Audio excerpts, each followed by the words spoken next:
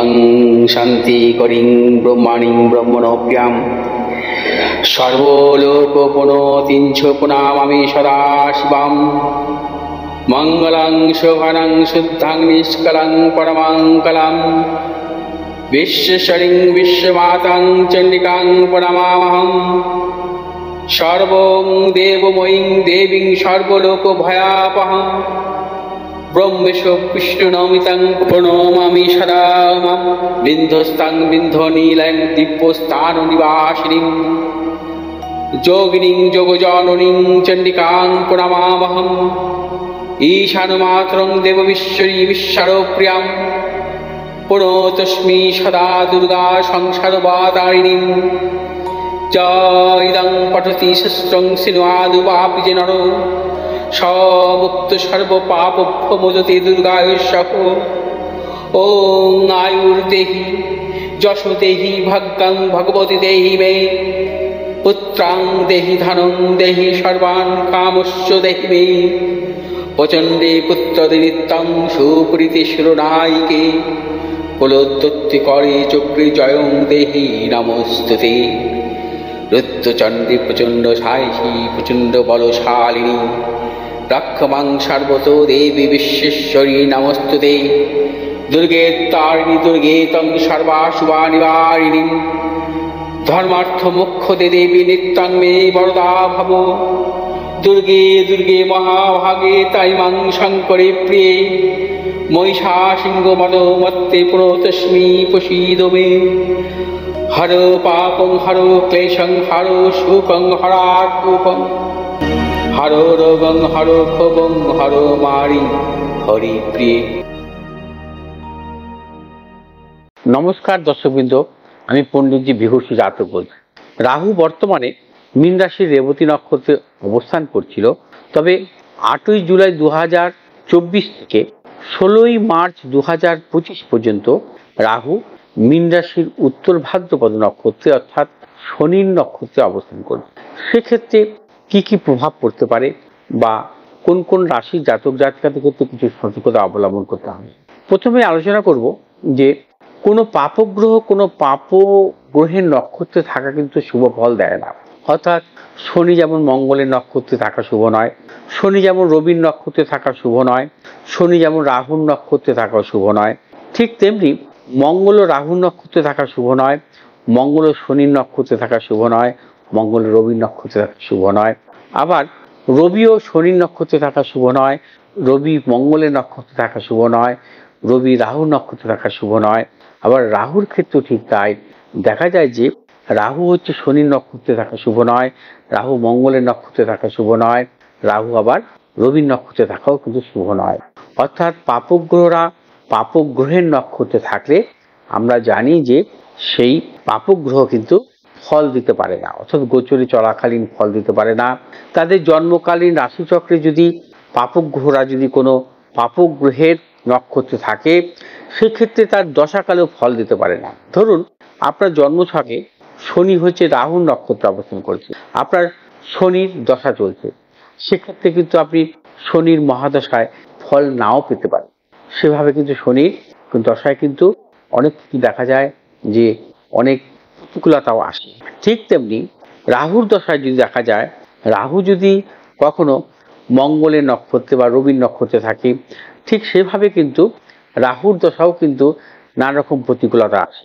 অর্থাৎ আমরা যখন দেখি যে রাশিচক্রটি যখন আমরা বিচার করি তখন যদি কোনো পাপগ্রহের দশা চলে, অর্থাৎ রবির দশা, মঙ্গলের দশা, শনির দশা, রাহুর দশা, কেতুর দশা, তখন আমরা কি লক্ষ্য করি সেই গ্রহগুলো অর্থাৎ যে দশা চলছে তা সেই গ্রহ তার জন্মকালীন কোন নক্ষত্রে অবস্থান ছিল। অর্থাৎ তার যদি অশুভ গ্রহের নক্ষত্রে অবস্থান থাকে তাহলে কিন্তু সেই গ্রহ তার দশাকালে কিন্তু সম্পূর্ণ রেজাল্ট দিতে পারে না, অর্থাৎ কিছু কিছু ক্ষেত্রে কিন্তু অশুভ রেজাল্টও দেয়। কিছু জ্যোতিষ শাস্ত্র মতে যে বলা হয়েছে শনি রাহুর নক্ষত্রে থাকা শুভ নয়। আবার অনেক ক্ষেত্রে বলা হয় যে রাহু নাকি শনির নক্ষত্রে থাকলেও নাকি শুভ ফল দেয়। একমাত্র রাহু মঙ্গলের নক্ষত্রে থাকলে শুভ ফল দেয় না, রাহু কেতুর নক্ষত্রে থাকলে শুভ ফল দেয় না, রাহু তেমনি রবির নক্ষত্রে থাকলে শুভ ফল দেয় না, কিন্তু শনির নক্ষত্রে থাকলে শুভ ফল দেয়। জ্যোতিষশাস্ত্র মতে কিছু কিছু পণ্ডিতদের ধারণা যে রাহু শনির নক্ষত্রে শুভ ফল দান করে, কারণ এক্ষেত্রে রাহু আর শনি নাকি মিত্র গ্রহের ফল দান করে থাকে। আগামী 8ই জুলাই থেকে 16ই মার্চ পর্যন্ত 25 সালে কিন্তু রাহু হচ্ছে উত্তর ভাদ্রপদ নক্ষত্রে অর্থাৎ শনির নক্ষত্রে অবস্থান করে। তবে আমি আমার অ্যাস্ট্রোলজির অভিজ্ঞতায় বলতে পারি যে রাহু শনির নক্ষত্রে কখনো কিন্তু অশুভ ফল দেয় না। এটা আমার বিচার বুদ্ধিতে দেখেছি, বা আমি অনেক রাশিচক্র দেখেছি যে তাদের বিচার করে দেখেছি যে যখন কোনো জাতক জাতিকা রাহুর দশা চলে, রাহু যদি শনির নক্ষত্রে অবস্থান করে, সে রাহু কিন্তু তার পজিটিভ ফল দান করে। রাহু সে সময় শনির সাথে মিত্র ফল দান করে। আর একটি কথা মনে রাখতে হবে যে রাহু এই মিত্র ফলটা দান করে কোন ভাবে অবস্থান করছে সেটার উপর কিন্তু কিছুটা নির্ভর করে, অর্থাৎ শুভ ভাবে আছে। যেমন এখন বর্তমানে রাহু অবস্থান করছে মীন রাশিতে। মীন রাশির ভাবপতির অধিপতিকে বৃহস্পতি, অর্থাৎ বৃহস্পতি। কারণ রাহু তো নিজে ফল দান করতে পারে না। রাহু মূলত দেখা যায় যে বিশেষ করে যে ঘরে অবস্থান করবে সে ভাবপতি ফল দান করে। সে ভাবপতি যদি শুভ গ্রহ হয় অবশ্যই শুভ ফল দান করবে।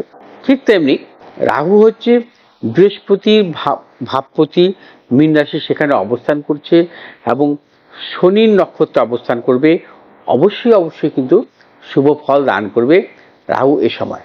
এবার আসবো কোন কোন রাশির জাতক জাতিকাদের ক্ষেত্রে শুভ ফল আসতে পারে।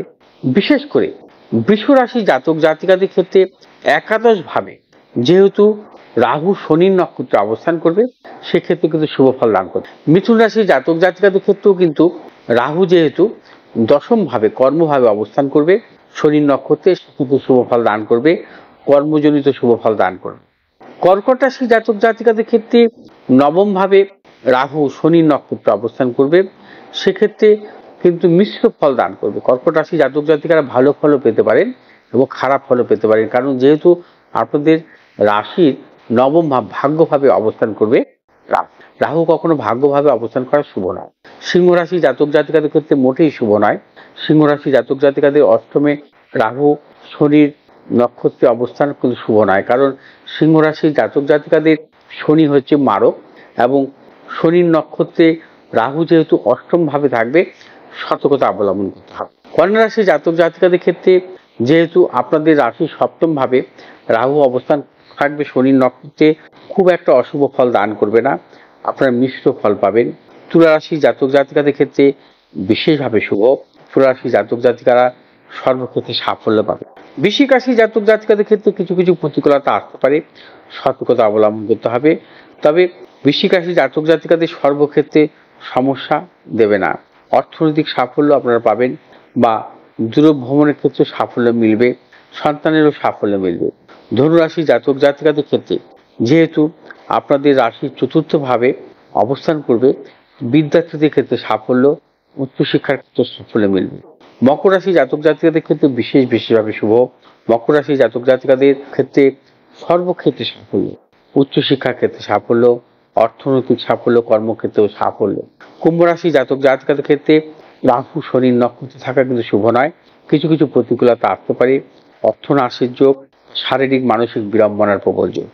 মীন রাশি জাতক জাতিকাদের ক্ষেত্রে আপনাদের রাশিতেই কিন্তু বিশেষ করে রাহু শনির নক্ষত্রে থাকার জন্য কিন্তু খুব একটা বড় প্রতিকূলতা দেবে না, কারণ মীন রাশির রাহু এতদিন যেহেতু বুধের নক্ষত্রে ছিল, সেটা কিন্তু কখনো শুভ নয়, কারণ রাহু বুধের নক্ষত্রে থাকাও শুভ নয়। তাদের সেক্ষেত্রে শারীরিক বিড়ম্বনা দেয়, কারণ আপনাদের রাশিতেই রাহু বুধের নক্ষত্রে থাকার দরুন নানা রকম শারীরিক প্রতিকূলতা আসার প্রবল যোগ থাকে। যেহেতু শনির নক্ষত্রে অবস্থান করবে, সেক্ষেত্রে প্রতিকূলতা কিন্তু আপনাদের শারীরিক কিছু কিছু কমবে এবং মানসিক টেনশনও কিন্তু আস্তে আস্তে কমে যাবে। অর্থাৎ 12টি রাশির জাতক জাতিকাদের কিভাবে কাটাবেন বা কি ফলাফল আসতে পারে সেই নিয়ে বিস্তৃত আলোচনা করলাম। তবে একটি কথা মনে রাখতে হবে যে শুধুমাত্র শুভ গ্রহরা শুভ গ্রহের নক্ষত্রে যেমন শুভ ফল দেয়, শুভ গ্রহরা আবার কিন্তু অশুভ গ্রহের নক্ষত্রে কিন্তু শুভ ফল দেয়, কিন্তু অশুভ গ্রহরা শুভ গ্রহের নক্ষত্রে শুভ ফল দেয়। অশুভ গ্রহরা কিন্তু অশুভ গ্রহের নক্ষত্রে শুভ ফল দান করে না। শুধুমাত্র রাহু শনির নক্ষত্রে ব্যতিরেক, অর্থাৎ রাহু শুধুমাত্র শনির নক্ষত্রে শুভ ফল দান করে থাকে। দর্শকবৃন্দরা, আমি 8ই জুলাই থেকে 16ই মার্চ পর্যন্ত 25 সালে রাহুর যে অবস্থান থাকবে শনির নক্ষত্রে সেই নিয়ে বিস্তৃত আলোচনা করলাম। অতএব আপনাদের ভিডিওটি কেমন লাগলো আপনারা জানাবেন, শেয়ার করবেন, লাইক করবেন, সাবস্ক্রাইব করবেন, পাশে থাকা বেল আইকনটি সাবস্ক্রাইব করবেন। ভালো থাকুন, সুস্থ থাকুন, নমস্কার।